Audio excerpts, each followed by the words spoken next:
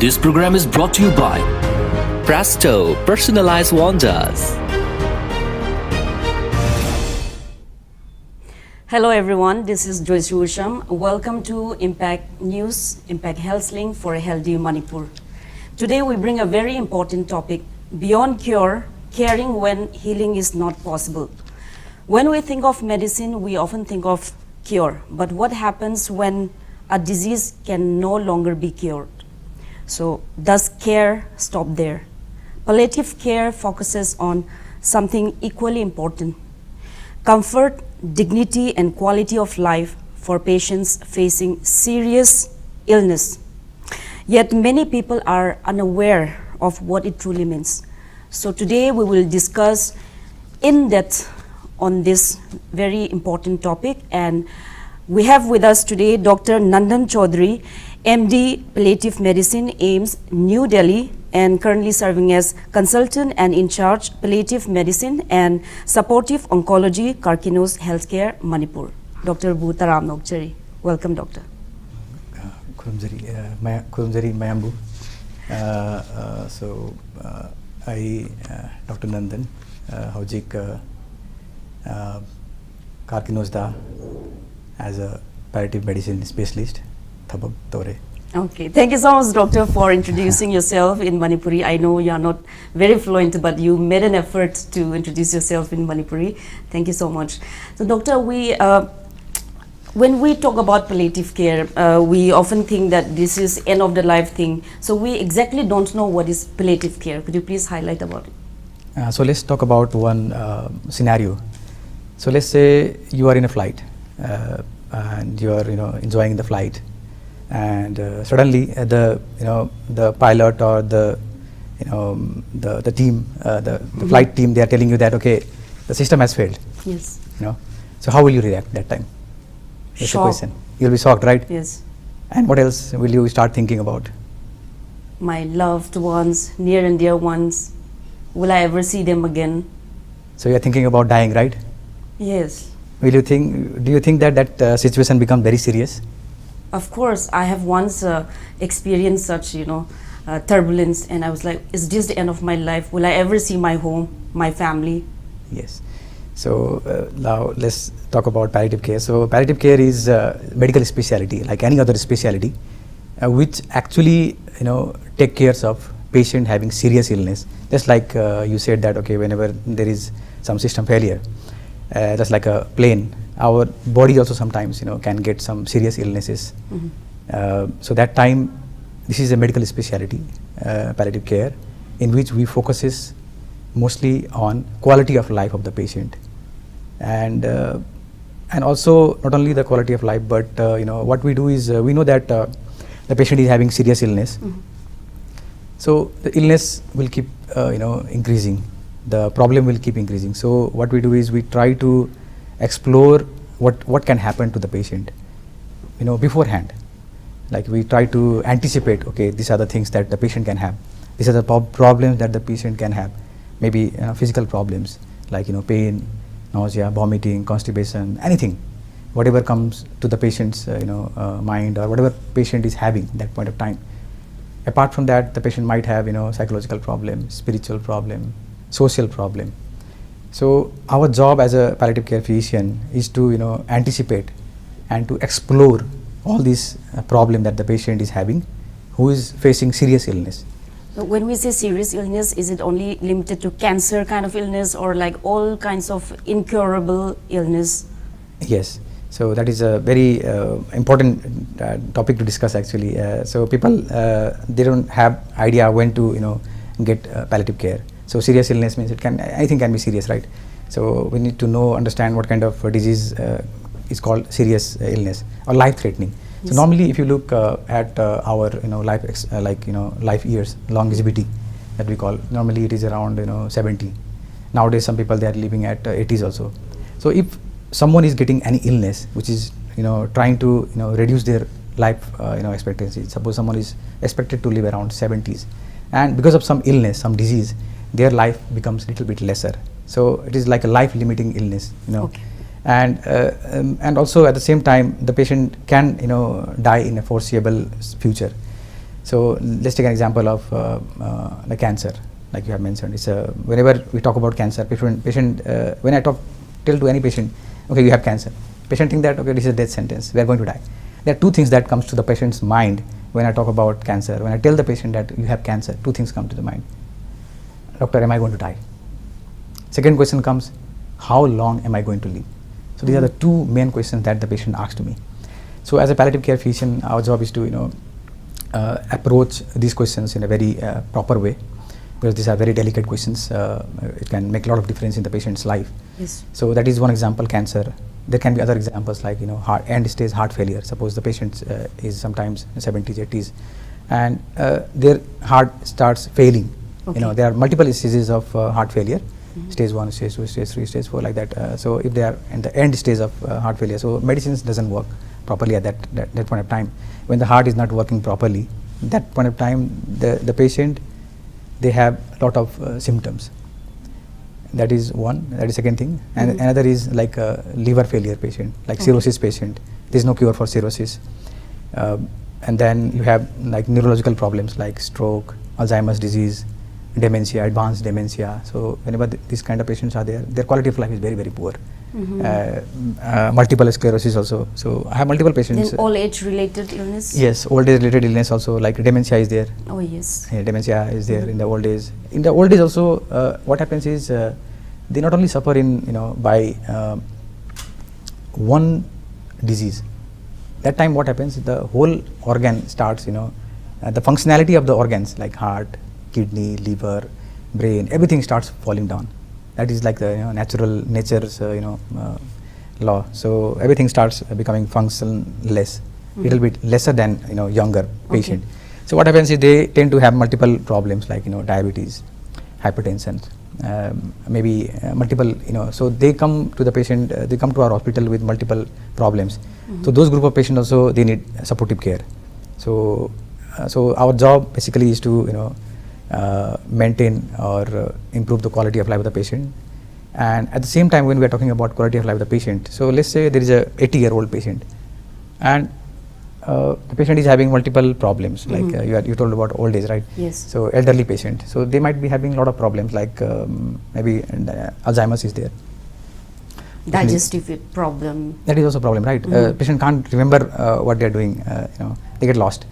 And just to take care of that patient, there might be few of the family members, they are always occupied, and so when we talk about this serious illness patient, that patient is not only suffering, there are family members who are also suffering. Family members are also suffering. Because let's say there is a you get some flu, let's say some viral flu, or let's say pneumonia, you get some pneumonia, lung infection. So how long do you think that infection can be cured? So do you get worried? You will not get worried that much, because if you get antibiotics, in 7 days you will be all right, right? So there is not much family members involved in taking care of this kind of patient, and patient also, they don't have poor quality of life. But when you talk about Alzheimer's disease, cancer, any dementia, Parkinson's disease, multiple sclerosis, there are multiple diseases where there is no cure, and they suffer and they require a lot of assistance from the family members. Okay. So the family members nowadays, you are also doing 9 to 5 job, right? So let's say if someone at your family is sick, okay, and they require the whole day assistance. So you have to leave your job, right? So it becomes stressful not only for the patient but for the family members also. Yes. So it's a big problem actually. Okay. So at what stage of illness should we ideally start this palliative care? So whenever I go and give awareness about palliative care, when I ask general population, general people, even the medical professional also, when I ask what is palliative care, what they say, what they say, it is end of life care, caring for end of life patient. Now let's say, I'll give you an example. Let's say you came to a doctor, and the doctor gave you some medicines, chemotherapy, radiotherapy, whatever they prescribe as a cancer. Let's say this is a cancer patient, and they went back home they took all the medications, but they are suffering at that time because there were multiple problems that the patient might be having, right? Yes. Those problems are not addressed because those oncologists, they are not, they are already busy with, doing the, workup for staging, what kind of chemotherapy has to be given, what are the things that, whether when to give chemotherapy, when not to give chemotherapy. So they are occupied with all those things. At the same time, they are missing out the suffering of the patient, because the patient quality of life is very poor at the same time. So let's say patient went outside. There is a very good pictorial image which was published in one of the very good medical journal, where it was showing that the patient went outside and it was raining. They didn't had umbrella. They got drained, right? And then that same patient, if they come to the doctor and ask solution for that draining, so the only solution is that you have to give umbrella, right? At that point before, because you know that it's going to rain, right? Same time, same at the same way, the patient who are cancer patient, they are going to suffer. We know that. Okay. Every oncologist, they know that they are going to suffer. Why not tell them that there is a palliative care physician who are going to solve all those problems to you. So if you refer them that let's even at stage 1 also, stage 1 cancer. I'm talking about stage 1, stage 2, stage 3, stage 4, any stage cancer patient. They tell that right now you are looking quite good, you don't have any problem, but maybe after some days or maybe after 10 days or 15 days you're going to suffer this. You might have some problem like pain, constipation, nausea, vomiting, whatever is there. I'll just give you Dr. Nandan's consult. Just go and meet him. Whatever is there, he'll try to solve you. Just like umbrella. Just like the umbrella, like yes, if making you have umbrella, the patient prepare in advance for what's going to come to him or her. So doctor, now I would like to ask, like, if the disease is no longer curable, yes. So with palliative care, what is the focus of treatment? How palliative care helps those patients? So now when the disease is incurable, means it's already advanced. So whenever the disease is advanced, it means the disease has spread from one part of the body to another part of the body.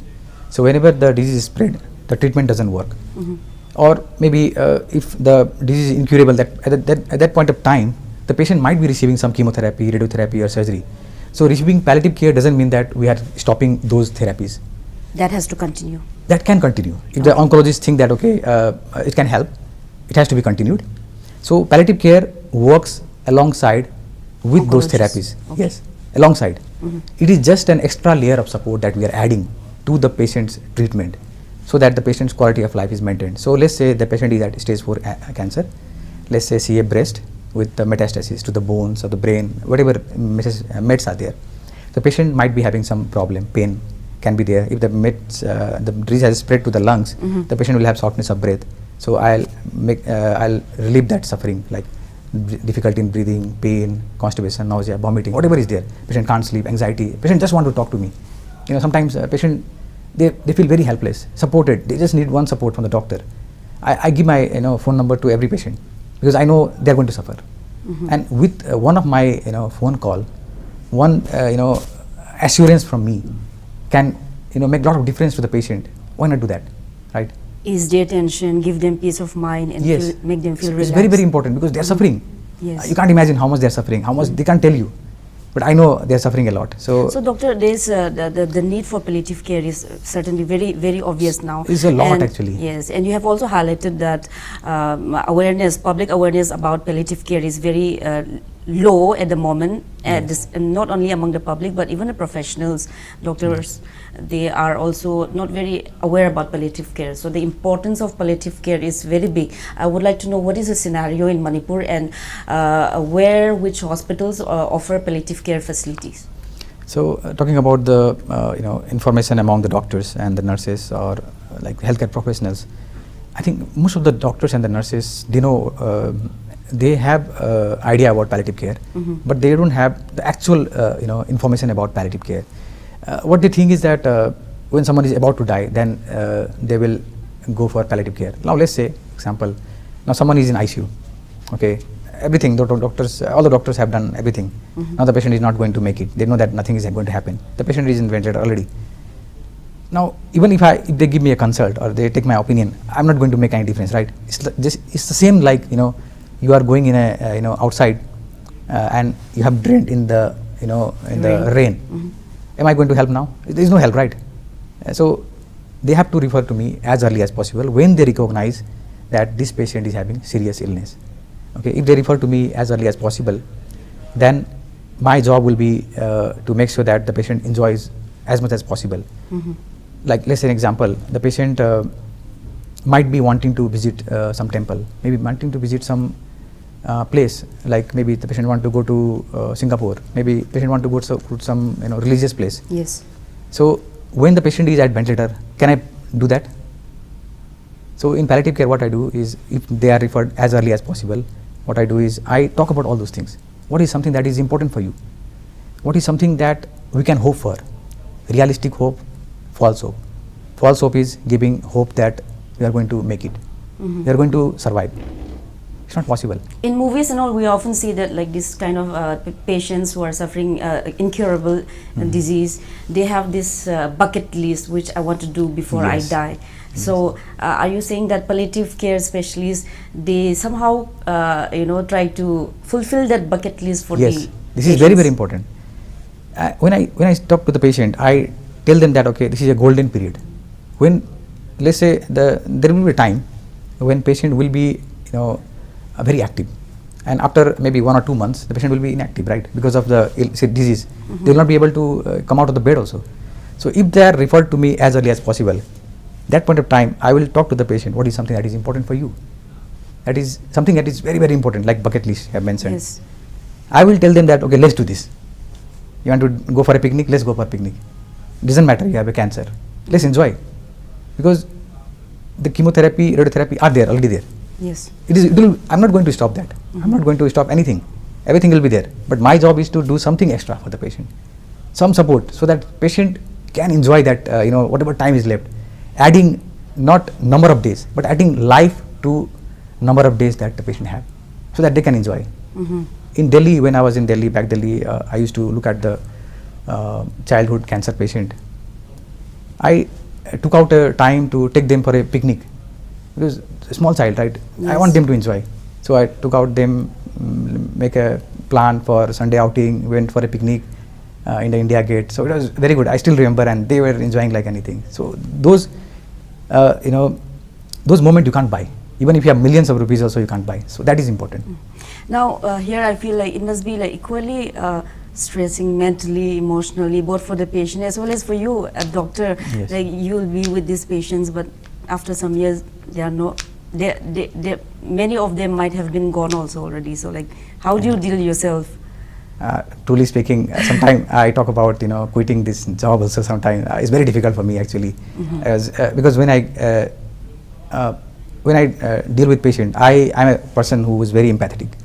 I really feel what the patient are feeling. So it hurts me a lot, because I get connected a lot. I talk to the patient, and they become very close to me. And when it comes to this suffering and all, so it affects me personally. So it's very difficult actually, but this is my job. I think I have to be and as the give quality of life. Yes, whatever happens, I have to give. Sometimes even after my duties also, I go home to home. I have visited multiple homes, maybe 500 homes I might have visited so far. In Manipur? I'm not, Manipur, yes. Okay. Gully, everywhere I have visited, free of cost, helping patient. And sometimes I feel like I'm a customer care service. I give my phone number to every patient. So I keep getting, calls. calls the whole day, sometimes at night also. But if one of my calls makes a lot of difference in someone's life, then I think that's very, very important. Thank you so much, Doctor. We'll take a short commercial break here, and then we'll talk more about this. Atenba commercial break talojage. After the break, we'll talk more about palliative care. Khanghanjaba Impact Cable TV gi franchisee oinaba khudong chaba pizari Impact TV gi network asibu henna pak chauna sandoknaba amadi subscriber singda high quality service pinaba pandamda cable TV franchisee sing kaujari requirement singdi optical fiber amadi coaxial cable networking da ningthi na khangba amadi sem saba heibaga loinana local network ta manage tawba ngamba oigedabani cable TV gi franchisee asibu pambiba singna screen da pizariba number sing asida call tawbirau natraga kashampata leiba Impact TV gi office ta lengshin birau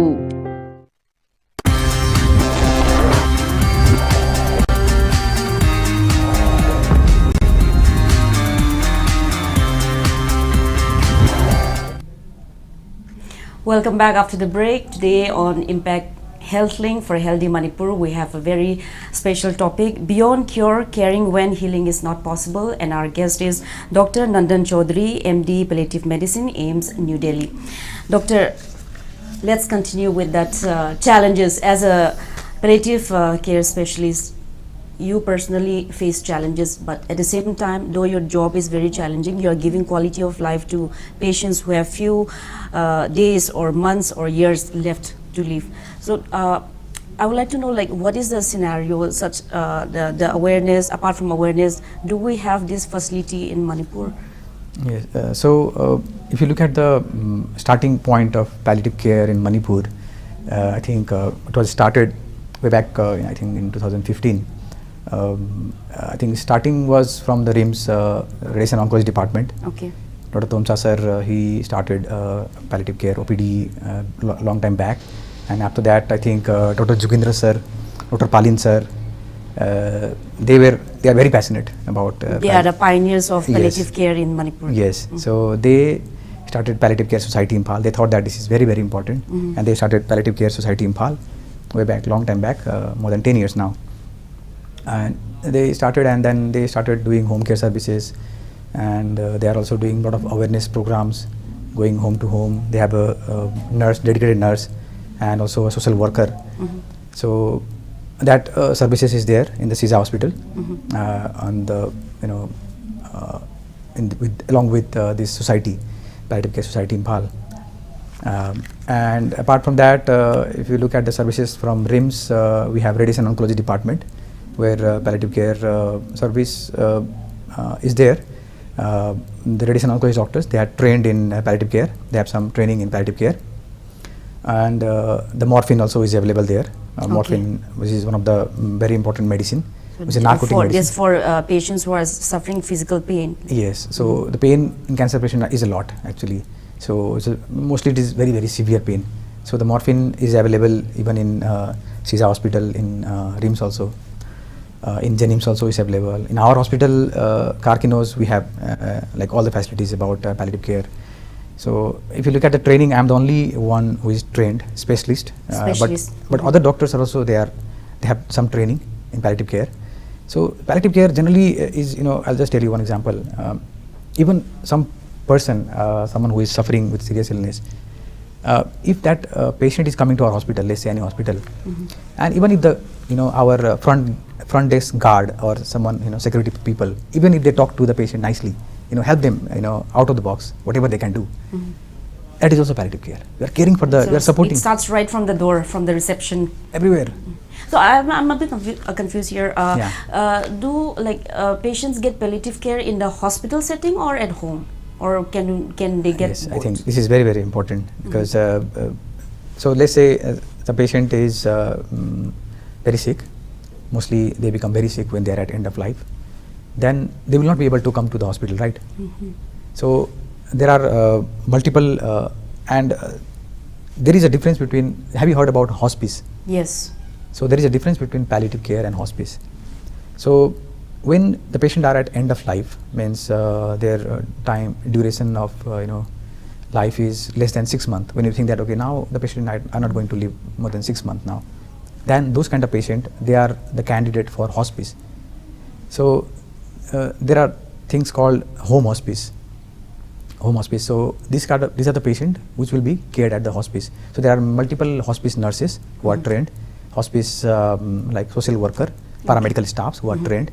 So those kind of patient, they can be taken care at home also, home hospice, home palliative care, like that. And there are separate buildings or centers which are purely for this patient who have less than 6 months, that are called hospice centers. Hospice centers. Are there any hospice center in Imphal? There is no particular hospice center right now, but there are multiple, I think few centers which are taking care of this, but they are not exactly hospice center. So the population of Manipur is right now 30 lakhs, and the population of Singapore is also maybe around 30 to 40 lakhs. But in Manipur proper, there is no, I would say, hospice. And in Singapore, there are more than 30 hospice centers. Doctor, culturally, like people of Manipur, we are very like family bonded. Yes. We have strong family bonds, so we look after each other. We look after our parents or any sick person in the family. We look out for each other, even though we live in a very stressful and competitive life. So, compared to Western culture, our family tradition is different. So, do you think because of this, people prefer to look after their own family member, or rather than depending on hospice or other specialists?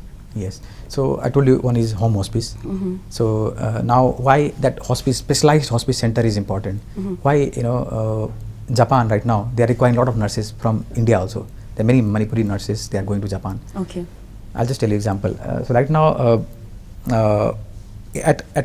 at home, if someone is sick, there are many people in the home, family, right? Even in our family also here, there are many people who can stay in the home.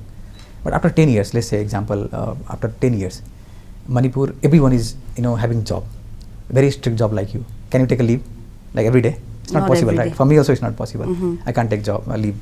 And if your family members, everyone is in proper job, then it will be very difficult for you to leave that job and take care of your parents. It will be difficult, right? If you look practically, it will not be possible. You have to work, right?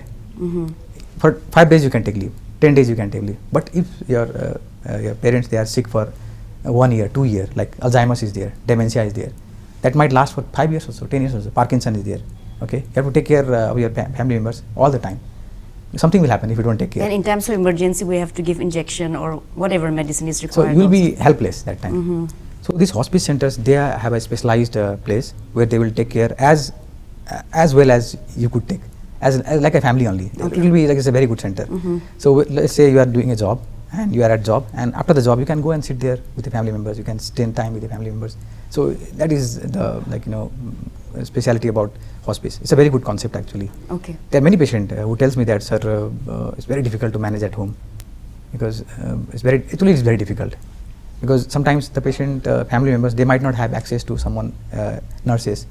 They might be all alone. The children might be in some other state. The husband might be alone.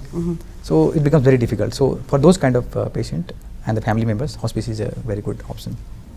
So home hospice, hospice center, separate hospice center, hospital also, palliative care, hospice center also is there. So doctor, what about the charges? Like, is it very expensive to afford a palliative care specialist or worker or doctors to look after the patient? Will every middle class family be able to support this kind of care for their family members? So if you look at the health expenditure of India and other countries, the maximum health expenditure happens mostly at end of life. And whenever someone is very sick, let's say you go for a appendix operation or some any other operation, gallbladder operation, the cost is very manageable for everyone, right? But someone who is having serious illness or who is having end of life, that point of time they have so much of spending, health wise they have so much of spending, and that time palliative care is required. So what we do is we try to look at what is something that is important, what is something that is going to help the patient. Suppose someone is very sick and someone comes to the emergency, very sick, like cancer patient having multiple metastases, multiple spread of disease. No medicine can cure that patient. It's not curable, and the patient land up in the ICU. The patient cannot come back, right? It's not going to come back. So as a palliative care physician, what we do is try to we try to figure out what is important for the patient, what is going to help the patient. So that point of time we know that these are the medicines which are not going to help the patient. These are the things that are not going to help the patient. So most of the cost cutting comes with palliative care consult. Okay. So we tend to cut down most of the unnecessary spending. At the same time, when they come to me for a palliative care suggestions and all, our medicines are very cheap. I try to, first thing I talk to the patient is how much is your financial status. So depending on that you give a customized. Yes, because that is more important. I cannot tell them that okay, you don't have money, so I'll don't take this medicine like that. So I have to be very judicious about who can take this medicine. There are it's my responsibility. Yes. Doctor, when we have terminally ill patients or members in the family, it is like psychologically, emotionally stressing, not only for the patient but for the family members. So I would like to know, does this palliative care extends to the caregivers or the family members as well? Yes. So family members, they suffer a lot.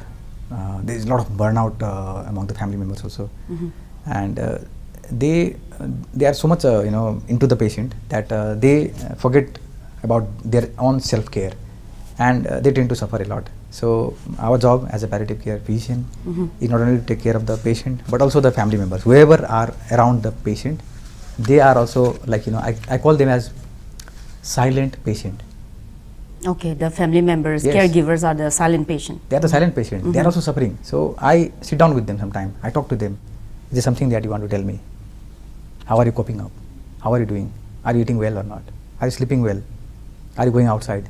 So I make sure that okay, you are very tired. Today you take break. Go out. Spend some time with your friends. So these are things that we So do. it extends. Yes. So what are the biggest myths about palliative care? So sometimes I still remember one example. One of the doctor, they referred to me, go to Dr. Nandan for palliative care. He will give you some medicine and the patient will die. So they think that I am like a Yamraj, and I am going to give them some ticket so that they can go to heaven or So that is the biggest myth. They think that I am going to kill the patient. I'm going to destroy all the hope. So that's not true actually. That is the biggest mistake. My job is not related to anything about dying or something. My job is purely to make sure that I give a good quality of life of the What patient. is the maximum years that you have spent with patients facing terminal illness? One of the recent patient, I would say, is almost 3 years. 3 years Yes. in palliative care. Yes. So it's not like if you look after the patient's going to die. No. Like So I'll tell you one. There is one very landmark clinical trial in medicine, clinical trial, where they did a clinical trial. They saw what is the benefit of with the clinical trial. So they took 100 cancer patient, and they were saying that okay, out of this 100 cancer patient, in this 100 patient will give only like whatever treatment is going on, like chemotherapy, radiotherapy, whatever is going on, and in 100 patient they will give the treatment along with palliative care, extra layer of support. So what they saw, this was done in lung cancer patient. Okay. In lung cancer patient, they survived for 9 months, around like that. So this group of patient who were receiving not palliative care, they survived for 9 months, and this group of patient who were receiving palliative care, they survived for another 3 to 4 months. Okay, so that means like with better quality of life. And this group of patient who received palliative care, they had less pain, less difficulty in breathing, less anxiety, less lack of sleeping. Their quality of life was very good, and at the same time they lived longer. So when they think that they think that okay, when they come to palliative care means they are going to die soon. But if you look at this result, and it is telling us that okay, patient can live longer also. And in chemotherapy and all, there are many chemotherapies which are just made just to extend. Have you heard about immunotherapies? Immunotherapy, yes, I've heard, but not. Yes, immunotherapy. So immunotherapies are very costly. Even one injection costs around 2 lakhs. But sometimes these medicines only extend around 3, 4, 6 months. It's not like generalized, but generally it's just to give overall survival, just to increase some overall survival. And along with palliative care, the cost is like negligible. The cost of palliative care that I'm giving is very, very, very, very minimal. At the same time, we are giving some immunotherapy just to extend 3, 4 months. And with palliative care, they are getting another 3, 4 months. So if palliative care actually was a medicine, it would have cost millions of rupees. So, but it's a very cheap medicine, but people has to take it. So do you feel the need for training more and more people on palliative care medicine? Yes, it's very, very important because I am already overburdened. So, and I think there are many patients who might be going to other doctors. I'm not telling that they are not getting very good care, but yes, if there are many doctors who are doing palliative care, but they are not. Specialization is different. Yeah, they are. Suppose someone is a surgeon. They are doing palliative care. So they are mostly focused in surgery, right? Yes. The whole day they are in surgery. Mhm. So in palliative care, if I talk to patient, I have to spend 30 minutes, 1 hour, one patient. So so you are doing palliative care, but maybe you are not doing enough time. So you have to give the whole time, full time to the Full patient. dedication. You have to be. So that is required in Manipur right now. I think I want many doctors to be giving full time service in palliative care. Okay. And then doctor, I would also like to know, when we were talking about the bucket list, patients at the end of their life, they want something, they want to do something. Let's say they want to make certain will for property, this and that. Yes. So this legal aspect also, does palliative care cover it, or Yes. that's a totally different aspect? Yes, that is a very good. Recently only, the Supreme Court also they have legalized living will. So we have mentioned about property, all these things. So advanced care planning. Mhm. So some planning something advanced. Okay. So let's say there is a patient who are going to die in next 5-6 months. Mhm. They know that they are going to die, and they have lived their life nicely, very nicely. 75 years they have lived. Now suddenly they are at end of life. Mhm. They are going to die. So they will legally in that paper they will write that if I am very sick, I am going to die, I don't want CPR, chest compression, okay, cardiopulmonary resuscitation. I don't want that. Same time, if I am very sick, my lungs doesn't work, I don't want to be ventilated. So that they can write, because those things are not going to help. I tell some of the patient that okay, these things are very torturous, because someone who has lived their life and at the end unnecessarily doing all these things is not justified. It's not a dignified. Someone who was a very good high ranked people, and now at the end he is receiving all these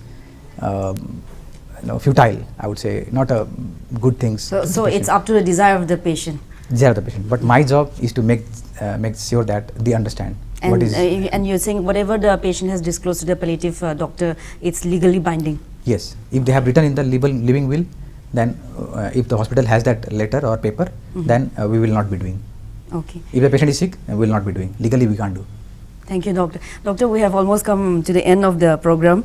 Would you like to give any message to our audience? Yeah. So I think the most important message that I want to give to the general public is that palliative care is not end of life. This should be very, very clear. Palliative care can be given by anyone. It's just a support. Just something that I can help to any patient. It's not like it has to be received at the end. Why to give good care at the end? Why not give from the beginning, right? Yes. So when I go to the patient bedside, I ask them, what is something that is bothering you? Maybe the fan is not working. Maybe the anything, whatever the patient is being bothered. So my job is to make sure all those things that I take care. And I'm not going to stop anyone's chemotherapy, radiotherapy. So like people sometimes they think that okay, when they come to palliative care, they might think that now these are things that are going to be stopped, and there will be no hope, and they are going to die soon. So these are all the myths. And with palliative care, the patient's quality of life is going to be improved. They are going to live as well as possible for as long as possible, and with a dignified and justified and with a good quality of life. And also wherever they want to, they think that okay, they have some serious illness, we are here. It's not only me, but we have a team. Yes. Not only from our hospital, but multiple hospitals. We work as a team, and there are multiple person like a medical professional who can help this patient. I don't want anyone to suffer. Just give me that opportunity to help everyone, each and everyone. Thank you, doctor. Doctor, this particular episode is sponsored by Presto Enterprises, Thangal Bazaar, and Impact News. So we would like to give you this memento as a token of appreciation from Presto Enterprises and Impact News. Thank you, doctor. Thank you so much. Thank you. So today we have come to the end of Impact Health Link. In this episode, we come to know that care is not just about curing disease. It is also about comfort, dignity, and compassion. So palliative care reminds us that even when treating may not be possible, caring never stops. We'll bring you another important topic next week. Until then, bye-bye.